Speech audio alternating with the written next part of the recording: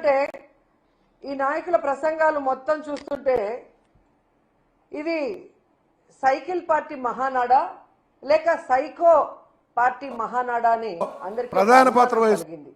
ఎప్పట్లాగే వాళ్ళు జగన్మోహన్ రెడ్డి గారి కాలి గోటికి సరిపోని వాళ్ళు కూడా ఏ విధంగా రెచ్చిపై మాట్లాడుతున్నారో మనం చూస్తున్నాం.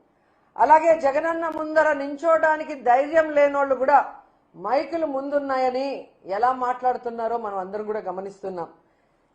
వీళ్ళ మహానాడులో ప్రసంగాలన్నీ మీరు చూస్తే పెద్ద బోగస్ మాటలే అని ఈ రాష్ట్ర ప్రజలకి మరోసారి కూడా అర్థమైంది.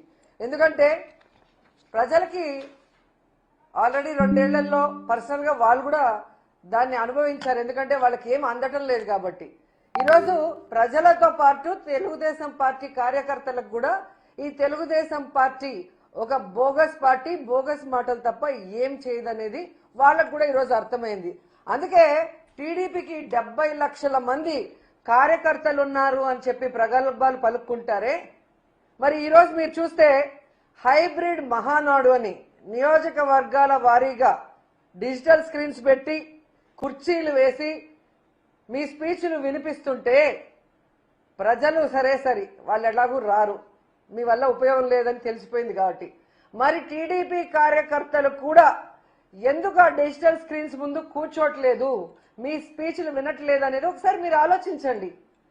ఎందుకంటే ఈరోజు hybrid Mahanadu utter flop Mahanadu అని మరోసారి ప్రూవ్ అయింది. ఎందుకంటే వీళ్ళు బిర్యానీలు ఇచ్చి డబ్బులు ఇచ్చి డ్వాక్రా వాళ్ళని తీసుకొచ్చినా రాలేదు.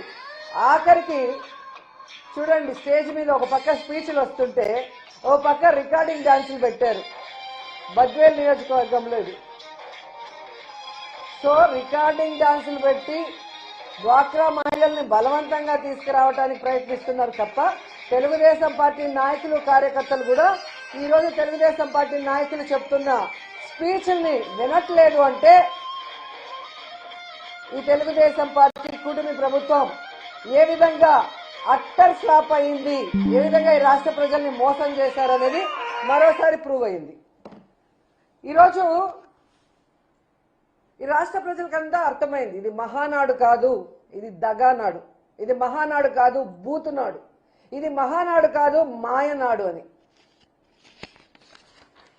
ఈరోజు ఆ మహానాడులో మాట్లాడిన ప్రతి ఒక్కరు కూడా చూడండి, చంద్రబాబు నాయుడు లోకేష్ పేరు కంటే జగన్ గారి నామస్మరణనే ఎక్కువ చేశారు. అంటే జగన్మోహన్ రెడ్డి అంటే ఈ తెలుగుదేశ సైకో పార్టీ వాళ్ళ వెన్నుల్లో ఎలా వణుకు పుడుతుందో ఒకసారి మీరు ఆలోచించండి. ఈరోజు మాటి మాటికి గొడ్డలి పార్టీ, గొడ్డలి పార్టీ, గొడ్డలి పార్టీ, ఏ విషయం అడిగినా కూడా మహిళలకు మీరు హామీలు ఇచ్చారు కదయ్యా, మహిళా శక్తి అని ఒక పేరు పెట్టుకున్నారు స్టేజ్కి. మరి ఏదయ్యా ఆడబిడ్డనిది అంటే తల్లి చెల్లి గొడ్డలి పార్టీ. ఏదయ్యా నిరుద్యోగ భృతి లేదా ఉద్యోగాలు ఇస్తామన్నారు అంటే తల్లి చెల్లి గొడ్డలి పార్టీ. ఏదయ్యా డ్వాక్రా 0 వడ్డీ రుణాలు అంటే తల్లి చెల్లి గొడ్డలి పార్టీ. అయ్యా అమరావతిలో మీరు చేసే దోపిడీని ఆపండయ్యా అంటే తల్లి చెల్లి గొడ్డలి పార్టీ. అంటే ఈ ప్రభుత్వానికి సమాధానం చెప్పడానికి సమాధానం లేదు. డైవర్షన్ పాలిటిక్స్ తో ఎప్పుడు చూసినా తల్లి చెల్లి గొడ్డలి అంటూ మాట్లాడుతున్నారు. ఈరోజు నేను సూటిగా తెలుగుదేశం పార్టీ హోంమంత్రి అనిత గారిని వాళ్ళ మంత్రుల్ని అడుగుతున్నాను, అమ్మా మీ చంద్రబాబు నాయుడు తన ఆస్తుల్లో తల్లి చెల్లికి ఎంత ఇచ్చారో ఒకసారి చెప్తావమ్మా? హెరిటేజ్ ఆస్తుల్లో తల్లి చెల్లికి ఎంత ఇచ్చారో ఒకసారి చెప్తారమ్మా? ఈరోజు లెక్కలు చెప్పడానికి మీ నాయకుడి దగ్గర ఆయన కొడుకు దగ్గర సమాధానం లేదు. ఎందుకంటే ఈరోజు వాటికి వాళ్ళ తల్లి ఎలా ఉంటుందో ప్రపంచానికి తెలియదు, వాళ్ళ చెల్లెళ్ళు అక్కలు ఎలా ఉంటారో ప్రపంచానికి తెలియదు.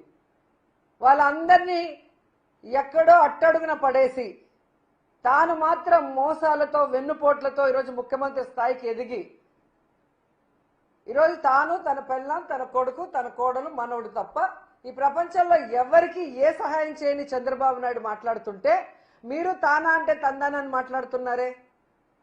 సో చంద్రబాబు నాయుడు వాళ్ళ తల్లి ఫోటో కానీ, తల్లితో ఉన్న ఫోటో కానీ, లేదా అక్క చెల్లెలతో ప్రతి సంవత్సరం ప్రేమగా ఆడబిడ్డల్ని ఇంటికి పిలిచి పసుపు కుంకుమ ఇచ్చి చీర పెట్టి భోజనం పెట్టాలి కదా ప్రతి అన్నదమ్ముడు పెట్టేది. మరి ఎన్నిసార్లు పెట్టాడో ఆ ఫోటోలు ఒకసారి బయట పెడితే ఈయన తల్లి చెల్లికి ఎంత ప్రేమ ఇచ్చాడు, ఎంత గౌరవం ఇచ్చారు, ఎంత ఆస్తులు ఇచ్చారు, ఎంత విలువలతో ముందుకెళ్ళాడో అనేది మేము కూడా చూస్తాం. ఈరోజు మీరు చూస్తే ఈ దేశంలోనే జగనన్న ఇచ్చినంత ఆస్తి తన చెల్లికి ఏ రాజకీయ నాయకుడు కూడా ఎవ్వరు కూడా ఇచ్చిన దాఖలాలు లేవు. ఏదో పచ్చ ఛానళ్ళు ఉన్నాయి, పచ్చ మీడియా ఉంది కదా అని మీ ఇష్టానికి మాట్లాడటం కాదమ్మా. అసలు గొడ్డలి పార్టీ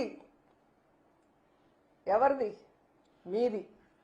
ఎందుకంటే మీరు చెప్పే వివేకానంద రెడ్డి గారి హత్య గొడ్డలితో జరిగింది అన్నారు కదా, అది ఎవరు అధికారంలో ఉన్నప్పుడు జరిగింది? చంద్రబాబు నాయుడు గారు అధికారంలో ఉన్నప్పుడు జరిగింది. మరి ఆ రోజు మా అక్కలిద్దరు మాట్లాడుతున్నారు కదా, ఇప్పుడు వివేకానంద రెడ్డి కూతురును ఇంకొక అక్క, వాళ్ళు అప్పుడెందుకు మాట్లాడలేదని నేను అడుగుతున్నా. పవన్ కళ్యాణ్ గారు అప్పుడెందుకు మాట్లాడలేదు అని అడుగుతున్నా. ఈరోజు వేదిక మీద ఉన్న మాట్లాడిన ఈ గొడ్డలి పార్టీని మాట్లాడిన వాళ్ళు ఆ రోజు ఎందుకు మాట్లాడలేదని అడుగుతున్నా. అధికారంలో మీరున్నారు, పోలీస్ వ్యవస్థ మీ చేతిలో ఉంది, ఇంటెలిజెన్స్ మీ చేతిలో ఉంది. మరి తప్పు చేసిన వాళ్ళ మీద ఎఫ్ఐఆర్ ఎందుకు వేయలేదు? ఎందుకు ఎంక్వైరీ చేయలేదు? ఎందుకు వాళ్ళని శిక్షించడానికి ప్రయత్నించలేదు అని నేను అడుగుతున్నాను.